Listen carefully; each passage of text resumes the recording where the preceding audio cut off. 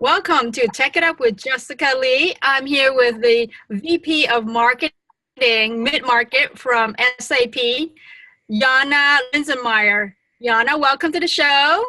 Thanks for having me, Jessica. I would love to hear more about your role as SAP, and I know you're kind of new, but you have a very experienced background from IT to marketing in big enterprises targeting the SMB market. Share with us, what is this new responsibility you're doing at SAP? Yeah, well, it's exciting times at SAP. We're doing lots of acquisitions, as I'm sure plenty of people have been hearing in the news, but my focus is on the mid-sized business space. And so really focusing on those businesses that are bringing in under $1 billion in revenue. So as you can imagine, that's a bulk. That's a bulk of the companies out there. SAP has done a fantastic job of providing solutions in the large enterprise space. And we also have a ton of customers in the mid-sized business space as well. And so that's really what I'm here is to help provide those solutions to the mid-sized base, make sure that they understand that we have solutions for them. I think that's a common misconception is that we're just for the big guys, and that's certainly not the case. Although some may say 1 billion is big. It is big, don't get me wrong, but but we're not just for the big, Fortune 500 companies. Yes, and you cover like 4 portfolios, right? You got HR, customer experience, you got core, ERP, and then the analytics. So that's a lot of products and a pretty wide customer base to tap. It really is, and we're even looking at, segmenting the smaller, I say smaller, but, companies of, 100 to 300 million versus the ones that are closer to $1 billion, because obviously their needs are different. But the one need we see consistent is they're growing, right? A lot of the businesses in that segment are growing, they're growing fast, they're dealing with the pains that growing companies deal with, which is very different than the pains of a mature company. Okay, so let's talk about your background, because I know you have the expertise to address this challenge. I'd like to think so, yeah. Yeah, so is this the resume portion? Yeah, so I actually started my career out in IT, and I spent a big portion of my career in IT on the tech side, and then slowly worked my way over to the customer side. Because to be honest with you, user experience was my passion, and design was my passion. And so I did go back and get a graduate degree from the University of Washington in human-centered design and engineering. And when I was recruited to Microsoft, 2006,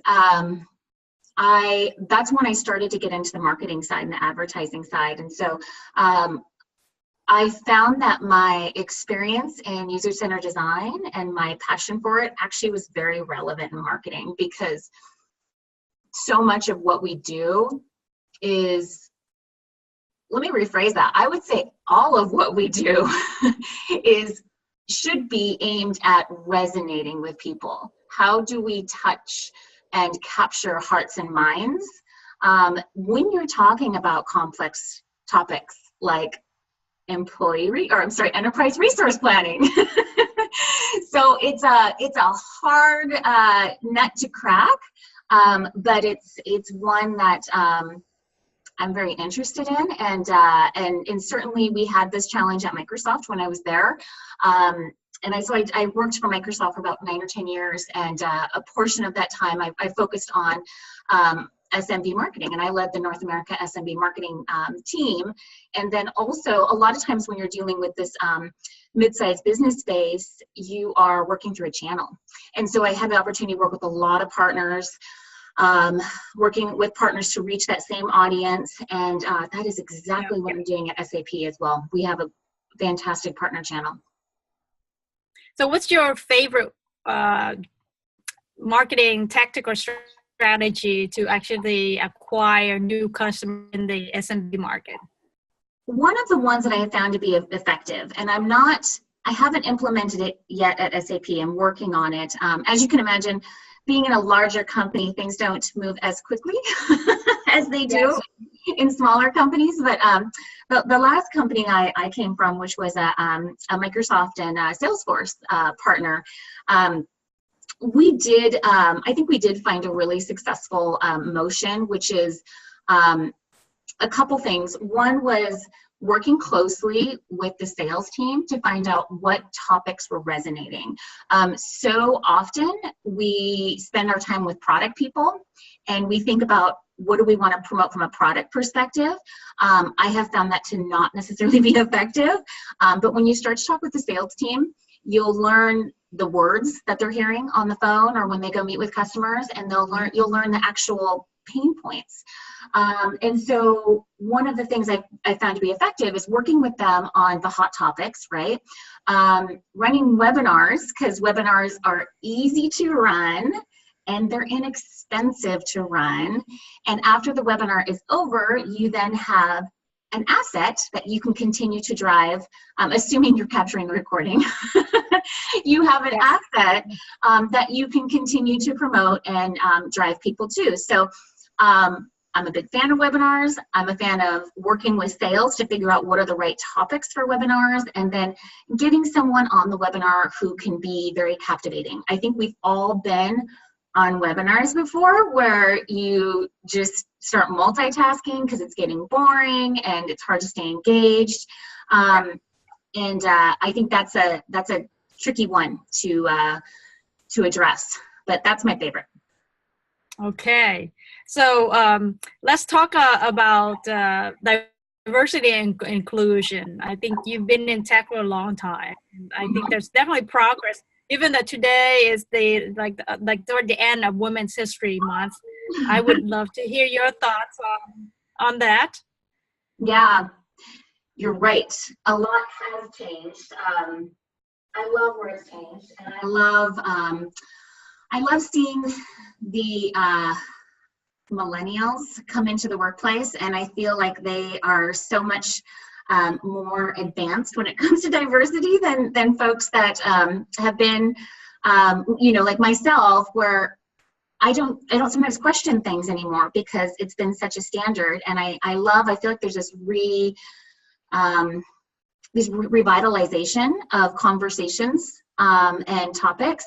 And when I first went into tech, and I'll tell you a quick story, I was in my undergrad and I was getting a business degree, and it was 1999. And I thought, this tech thing seems really popular. Maybe I should go into it, and maybe that's a great opportunity to make money. So I remember talking to my advisor, and I told him, I said, I'm thinking about majoring in management information systems, which at the time it wasn't computer science, but it was like the IT degree. Yep. And he discouraged me from doing that. And he asked if I'd ever considered apparel merchandising, or I think the other one he suggested was interior design. So both great fields to go into, but I was interested in tech. And I think about that experience I had, and I don't know why he suggested those. I don't know, maybe it was my sense of style. I don't know. But I look back on it and I think that's the reason why we didn't see a lot of women going into tech in the late 90s and early 2000s. And then once you do, and once I did, and I said, well, thanks for the advice, I'm going to go into tech. And I did that. But I gotta admit, I mean, I wasn't that bold and strong at the moment. I thought, maybe he's right. Like maybe that is where I should be going, because when I looked at who was in the information systems classes, they didn't look like me. There were very few women. And then I started to think, that's maybe just not where I belong. And so to be honest with you, I did not major in information systems. I finished my degree in business management, but when I graduated, just through a friend, I decided to apply for a software testing position. And, you know, sure enough, when I showed up, there were a lot of men in the organization, but I was lucky because we had some awesome female leaders there. And so it was the first time I started to look at that and say, oh, okay, maybe this is a pathway for me, because I'm starting to see people that I can relate to. So, but I can certainly say it wasn't part of the narrative. No one talked about diversity. No one talked about gender diversity. No one talked about the value of getting more women into tech. And I absolutely love that that's part of the conversation right now. And, you know, I have children, and I can see it in the schools, you know, Girls Who Code, DigiGirls, like there's so many organizations to get girls into tech. And I'm so thankful for it. It's no better time to be a girl, I can tell you. I agree with you on that. And how is the culture and the environment at SAP? I love it. And I don't know, maybe it's because I'm still relatively new and I'm drinking the Kool-Aid, but I will say the company has done amazing things to address and grow diversity. First off, they talk about it. I mean, I think some companies get very uncomfortable, and especially some senior leaders get very uncomfortable talking about this topic.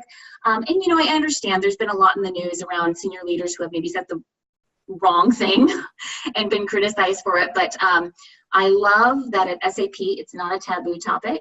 People are open about it. They have set some pretty aggressive goals around diversity, and not just gender diversity, you know, all different age diversity,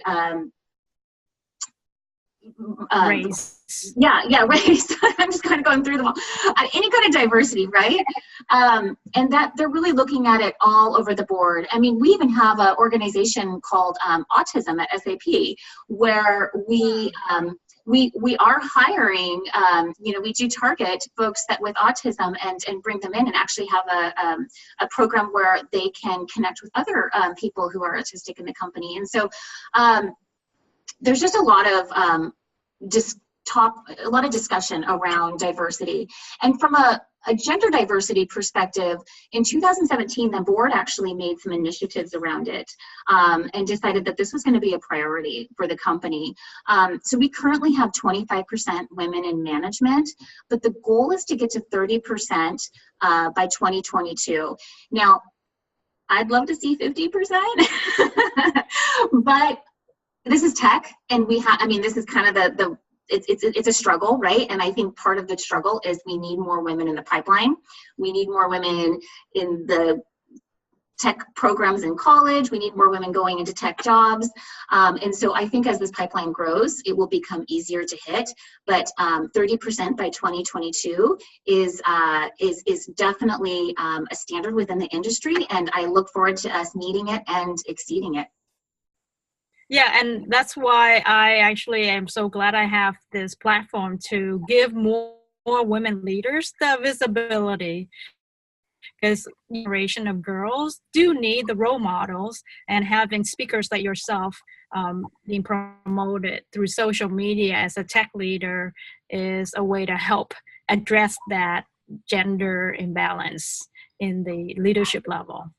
Yeah, no, absolutely. And one of the things I do like about SAP is they're also kind of changing the narrative. It's not a matter of just achieving a number of women, right?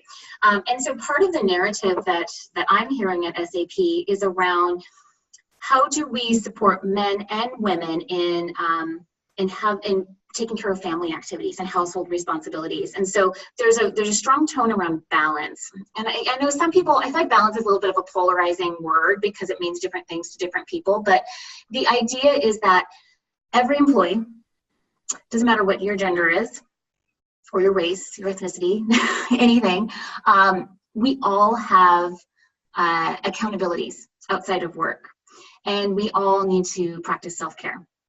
And so the idea is, how do we make that all part of the narrative? So if a dad wants to leave work at 3:30 to attend a soccer game of his kids, he does not feel guilty or being like he's being penalized because he does that. Somebody may have a religious holiday that's not one of the ones that's given off.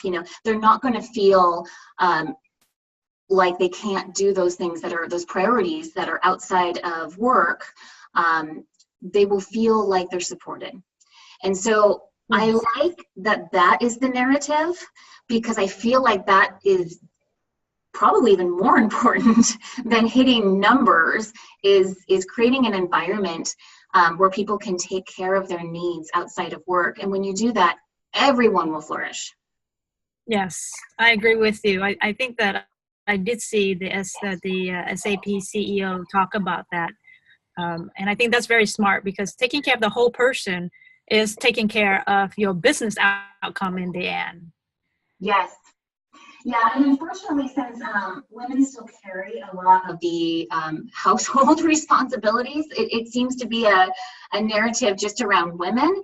And I think that we might be a disservice, because it's not just a women's topic. It's a human topic, right? We all have accountabilities outside of work, and we all need time to prioritize them. Yes, we still have a lot to do, more progress to be made, definitely, in areas. So yeah, but it's been a great conversation with so many tech leaders this month about diversity and inclusion. I appreciate you coming on, Jaana, and sharing your thoughts on this. And looking forward to actually meeting you, and hopefully at the Sapphire event. You want to talk about Sapphire for a little bit? I would love to talk about Sapphire. I feel like Sapphire is all I think about right now. So Sapphire is our customer conference that we have in Orlando, Florida, May 5th. I think it's May 5th through May 9th. And it is an amazing experience for companies to network with other companies dealing with some of the same challenges, dig into any sort of issues and challenges they're having within a particular line of business, industries. We have tons of opportunity to connect with other peers in your industry and learn about what's the latest technological advances as specific to your needs. There's so much coming out, there's just so much innovation. These types of conferences in Sapphire is absolutely essential to really staying ahead of digital disruption. I think that is something everyone is concerned about right now, and as they should be. Stuff is changing so quickly, you need to stay ahead of it, and this is a great conference for that. There's also just a lot of fun, a lot of networking, dinners, concerts. It's a great event. And if you, for our partners too, so I mentioned, it might have been before the interview started, we do have a large partner channel, and it is a priority. We are a channel-led business in the mid-sized business space. And there is a whole separate day just for our partners too. We have our Global Partner Summit. And so customers are coming from all over the world. I think I heard, so this is my first Sapphire because I'm 6 months into the company. I think I've heard we have about 20 to 25,000 people attend. So it's a fantastic event. Okay, well, wonderful. Looking forward to hearing more about SAP, the Sapphire event, and hope to see you there in person, Jaana. Absolutely, Jessica. It'd be great to connect. Okay. Well, thanks for joining the conversation, and thanks to everyone for watching us. Take It Up with Jessica Lee. Connect with me on LinkedIn and follow to see more conversations with tech leaders.